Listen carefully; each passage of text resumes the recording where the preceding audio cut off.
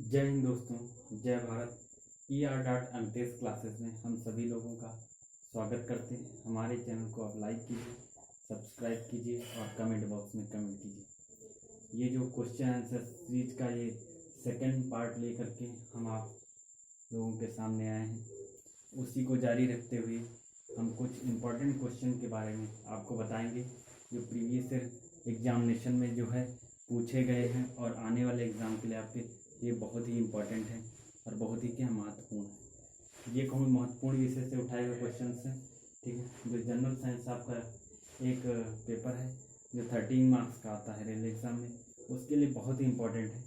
जैसे पहला क्वेश्चन है कि पोटेशियम का मेनली वर्क क्या होता है, कार्य क्या होता है, वो किस लिए यूज होता है। उसका मेन केवल एक ही काम होता है। वो काम क्या करता है, जो ब्लड प्रेशर है उसको, उसकी जो पल्सेस है उसको कंट्रोल करने का काम करता है। हृदय की धड़कन और नाड़ी के संस्थान को संचालित करने का जो कार्य करता है वो आपका पोटेशियम ही करता है, ठीक है। जिसका वो क्या होता है, सिंबल के होता है ये।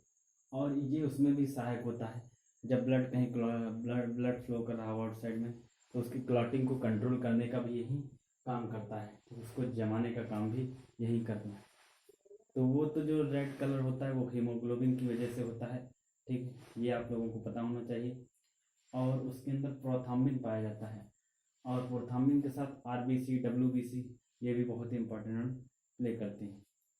नेक्स्ट क्वेश्चन है हमारा, ग्लूकोज बिना ऑक्सीजन की उपस्थिति में मांसपेशियों में जो प्रतिक्रिया करता है, रिएक्शन करता है, उसके हमारे जो क्या है मसल्स में रिएक्शंस करता है, उसके फलस्वरूप वो एक ही चीज़ बनाता है, लैक्टिक एसिड।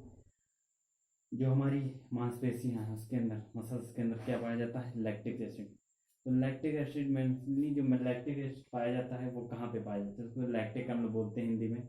वो आपका पाया जाता है कहाँ पे, मिल्क के अंदर, दूध के अंदर लैक्टिक एसिड पाया जाता है।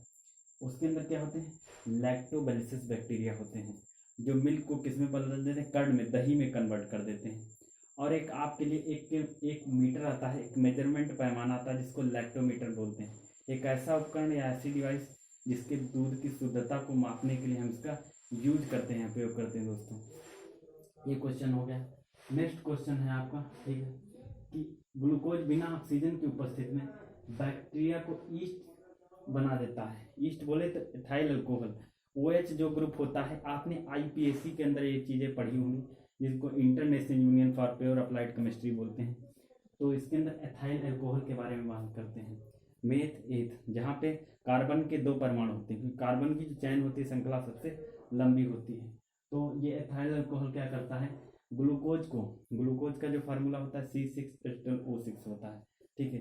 जिसमें कार्बन हाइड्रोजन, क्योंकि ये एक टाइप का क्या आपका हाइड्रोकार्बन है, ठीक है, उसकी उपस्थिति में ये क्रिया करके क्या बना देता है, आपका एथाइल अल्कोहल बना देता है। नेक्स्ट क्वेश्चन आपका है, ऑक्सीजन की उपस्थिति में ग्लूकोज की प्रतिक्रिया करके क्या बनाता है।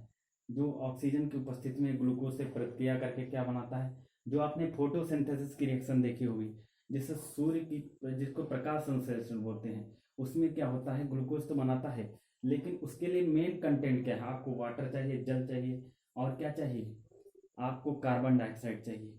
उसकी आप उस उपस्थिति से क्या बनाते हैं, पेड़ पौधे अपना भोजन बनाते हैं।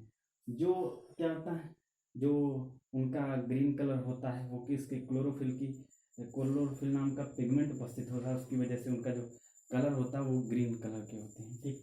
तो ये आपका हो गया। नेक्स्ट क्वेश्चन है, एनिलिडा ग्रुप के अंदर किस अंग द्वारा जो इनका क्या होता है, उत्सर्जन होता है, ठीक, एक्सटॉर्शन होता है। तो किस जो ऑर्गन्स होते हैं उसके द्वारा इनका उत्सर्जन होता है, वो नेफ्रीडिया नाम का अंग होता है, जो केचुआ है आपका, ठीक है।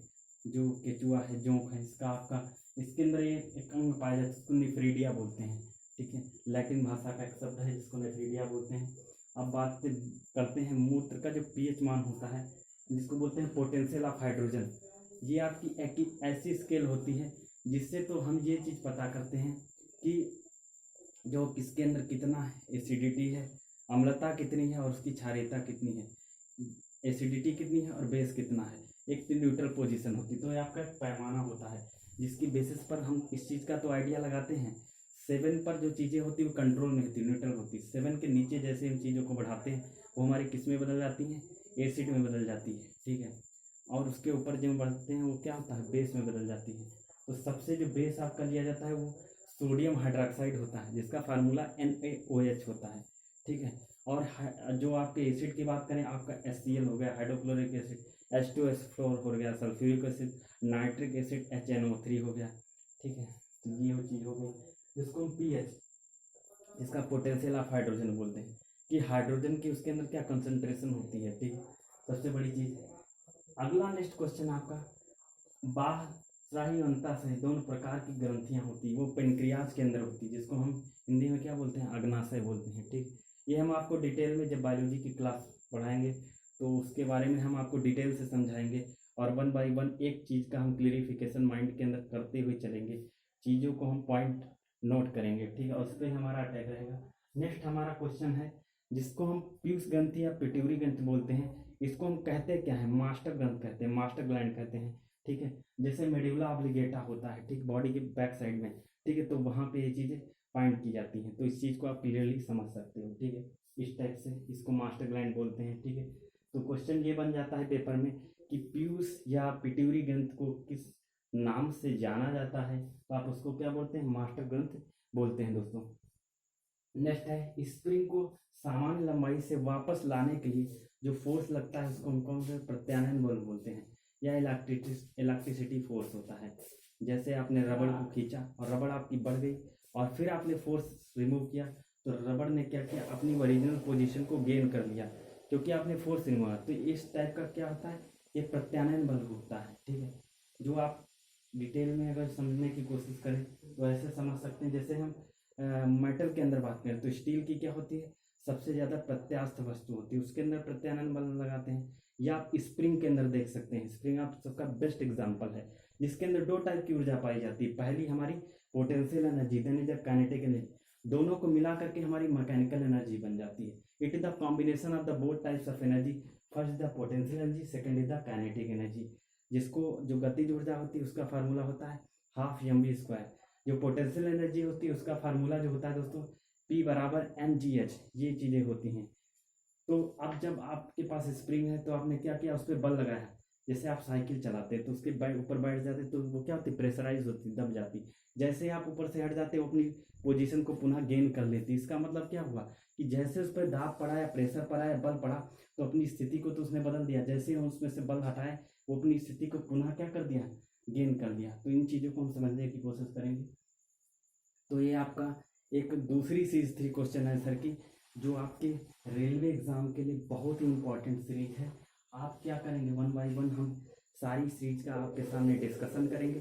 तो दोस्तों कोशिश ये कीजिए ज़्यादा से ज़्यादा लोगों तक इस वीडियो को शेयर कीजिए, और आप अपने चैनल ER.MTS क्लासेस को लाइक कीजिए, सब्सक्राइब कीजिए और कमेंट बॉक्स में कमेंट कीजिए। और इसी तरीके से दोस्तों अपना प्यार हमारे चैनल पर बनाए रखिएगा दोस्तों।